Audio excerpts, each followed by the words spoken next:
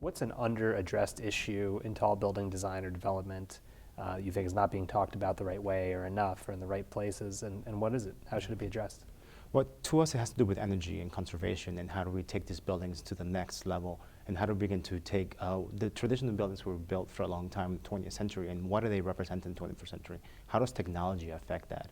How do these buildings transform themselves? How do we do with existing buildings and retrofit them to be much more energy efficient? And you begin to see a lot of that process happening, but it has to do both, not just the architects, but the owners, and getting them to invest in that process, understanding the responsibilities they have and the requirements they should be meeting as well. Getting buildings to continuously be improved and tested. A building is like a car, you fine tune your car every couple of months, but sometimes these buildings don't for many years. The elevator systems are outdated, so how do we begin to maintain this relationship, getting everyone to understand the value of bringing these buildings up to speed? There's a lot more existing structures than there are new structures. So their massive consumption of the energy is based in these buildings. So how do we get those up to match what we're doing in the new buildings? Is part of it just monitoring continuously? Because I imagine a lot of buildings don't even monitor, let alone report that data on a continuing basis. Correct, and there's an issue with building owners and building developers wanting to get that data public, but working with their architects or their engineers to monitoring what they're doing. Elevator is a huge component in high-rise buildings, and they're a huge energy consumption. So that's an easy modernization, right? Taking it from a traditional system to a destination dispatch system, or something where it really tries to minimize the energy, updating the equipment. We've seen in retrofits that we worked on that makes a massive drastic improvement. That and improving the facade, the curtain wall, bringing that up to date is a big one. But yeah, getting data, and that's something we're working on a lot is data, working with our clients to get data to feed back into the design loop so we know what we're doing right and what we're not doing, what we can improve on for the next project. We also see this trend of wood becoming a building material in tall building design. Do you think it'll be a primary tall building material within 10 years? I know some of it. I've seen some of the research that's been going on. I don't know enough. I don't think there's like anything else. I don't think there's a silver bullet. I think it'll become part of the arsenal based on the height of the building. I might be wrong, I probably will be wrong, but I don't see a 600-meter super tall building made out of wood. But it'll become, the more tools, the more bullets we have in an arsenal, the better we can be. So in some cases, it will be a great tool for us, and some buildings it will not be. Depending on this, I know it could be renewable sources. What are the issues with fire protection? How do you deal with those things? So there's not a perfect solution for anything. There's the right solution for every specific building, and that can be for some buildings. So there's also this trend of luxury residential tall buildings being used as investments rather than actual residences. People getting an apartment, a condo, a fifth one, sixth one, what have you, in a high-rise luxury condo, not living there. Should there be any action on the part of government, or does there an architect play a role in this? Or is this trend, part of the market forces, and maybe it'll be solved as such? Yeah, I think the markets kind of fluctuates and they kind of work on their own. But what we've seen from a lot of developments around the world is that these kind of super tall or kind of large buildings that come around help to develop everything around them and bring the value of the land and the buildings around them up. So automatically, you're gonna, if you increase the tax on these, or a special building, a special rich tax or a special tax on these buildings, you're gonna deter some of this development. And their surrounding lands and the surrounding buildings, which will all come up, and then the shops and the retailers will come with it, won't come. And we're trying to get people to buy back into the city, right? Move back into the city. So we know the super tall buildings, large buildings in new areas when existing buildings are catalyst. So we want those buildings there for that reason. We know that also that some of these buildings are bought by people who are going to pass these buildings, these apartments down through generations, right? So there's a continuous movement through these. They might not live there year round, but they see it as an investment for their family, and they won't be flipped continuously. But yeah, it's definitely a catalyst. We think these will increase the value of the land around, which will increase general taxes overall. So we should not be not allowing these to happen. We should be actually trying to get as many people to invest back into the cities as much as we can. Fair enough, but wouldn't it also exacerbate maybe an affordable housing crisis that some cities are seeing? Yeah, but I agree. There has to be a balance like anything else, right? They has to be able to build these, and you have to be able to, from an urban planning perspective, from a government perspective, it has to be, okay, we're going to build these, but as long as we build this, some of this revenue might be able to come in, and we're going to develop subsidized housing. It might not be in the same spot, but it's an overall city that needs to be looked at. We should not be looking at the individual buildings as a unit, but we should be looking at the whole system and how the system is measured, how some of the higher end values will help bring some of the other values as well, and help revitalize those, help jobs create jobs for the people who live in the subsidized housing, and kind of rebalance the whole system. Okay, let's talk specifically about some of your work. So the Federation of Korea Industries Tower in Seoul. Congratulations on getting it here at the awards ceremony. This building was required to get 5% of its energy on site, right? Correct. How did you do that? And do you think all buildings should generate electricity on site? Yeah. Well, we did that by a number of ways. The primary ways is by incorporating photovoltaic panels into the facade. That's the primary, most visible way we achieve this. So it has an architectural value, but has an energy value as well. The building also has an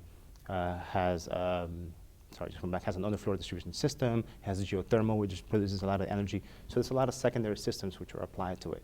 But the BIPV is a major component, and we generate more than 5% using that. BIPV, building integrated photovoltaics, correct. So they're integrated. Part of the language that we're trying to create, the way we're looking at architecture is that if you want to have these kind of forward-looking or kind of new technology included into the building, it needs to be part of the architecture of the building. It can be an additive element because it'll be the first thing to go when it starts kind of value engineering, people start looking at cost of the issues. So it is the essence of the building in our case, right? We incorporate it in a way that it does multiple things. It multitasks, as we like to refer to, right? It creates energy, but also shades, so reduces energy consumption in the summer, right? So it begins to do multiple things, and the building is integrated into the form of the building.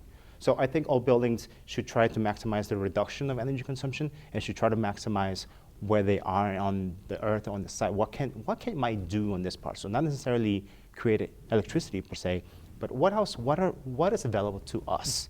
And that's one of the things we first look at when we start any project. What is available on this site, and how do we take advantage? Is it wind? Is it natural ventilation? Is it photovoltaics? Is it geothermal? Is it what else? What do we have here, and how do we make this building around that?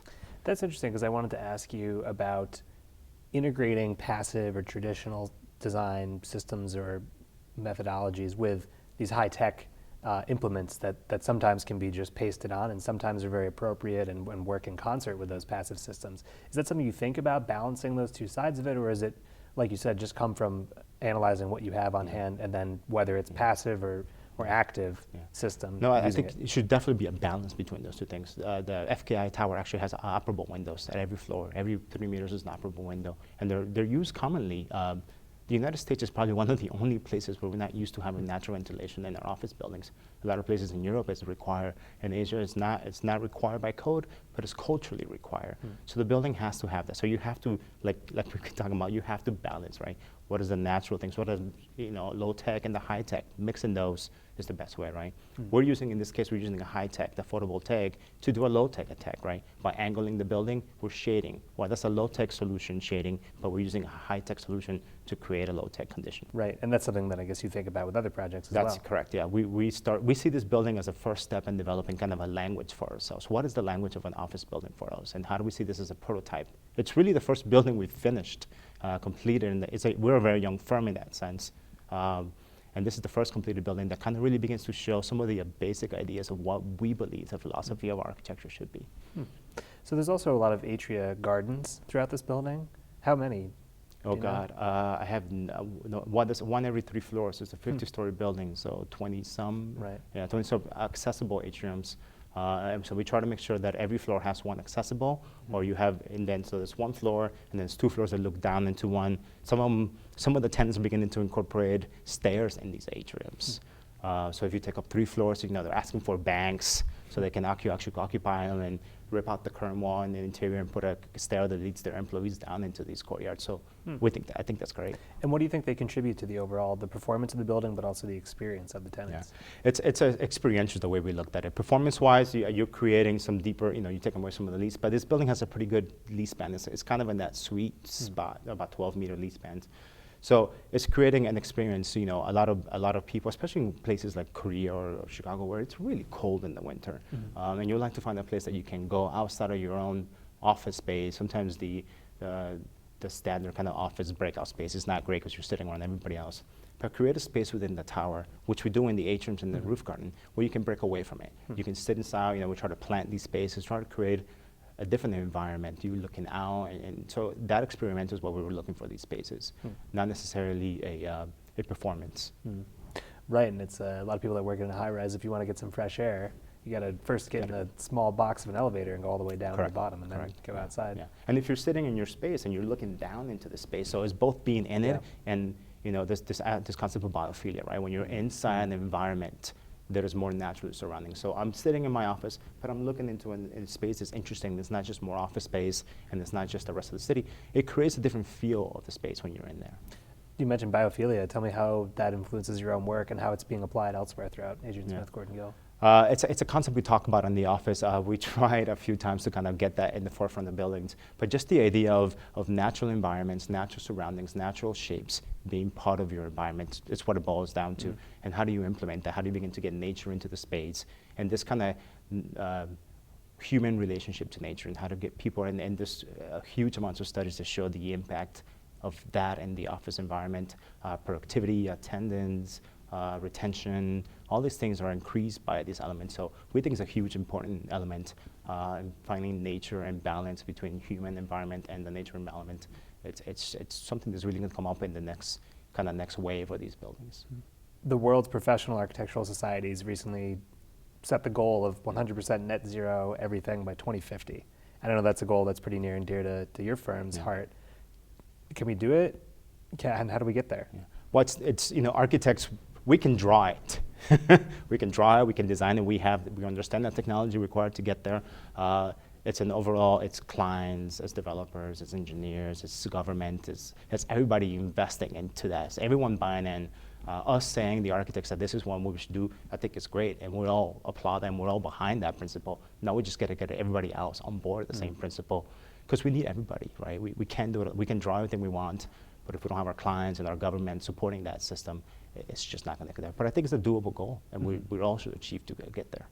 What do you think is the architect's role, I guess, in leading those other groups? Because sometimes you can introduce new ideas, and it turns out that it's an easy sell, for lack of a better term, but sometimes it might not be. So can the architect lead, or sometimes we're kind of just waiting on other industries to catch up? I think we should definitely be leading. I think FKI is actually a pretty cool example of this. Here we have a client who was forced by our government to do something, and they realized that it was to their benefit. And we work together with them to show them that this is not a burden on them, but actually it's an advantage for them. And once we begin to get some of these buildings, this type of building, out into the environment, and these developers and clients and building owners begin to talk to each other, hey, I'm doing it, and it's not costing me more, and it's actually saving me money, and my employees are happy. Our building was 80% full within 6 months. That's a lot for a 50-story office building. People want to move into this building. So showing that we can lead by designing these buildings that are beginning to do some of these basic principles to get us there, will get everybody else excited about it. So yeah, we should definitely be leading. But I guess retrofits would also be a big part of this too, That's because correct. we can't build our way out of it, even if new buildings all That's are correct. as innovative as FKI. Yeah, we definitely, and we spoke about retrofits. Yeah, getting basic building systems upgraded are a huge component. The building stock that we have is outdated, and this needs a lot of maintenance. And there's some great buildings with what we call great bones that just need to be brought up to date, and getting the owners and the clients and the cities and the government, everyone involved in that, but understanding the value of those things, how it puts a less burden on the infrastructure, something the government will be interested in. How do we get that? We need to help get that word out there, and I think conferences like this and the CTBUH are great tools for that.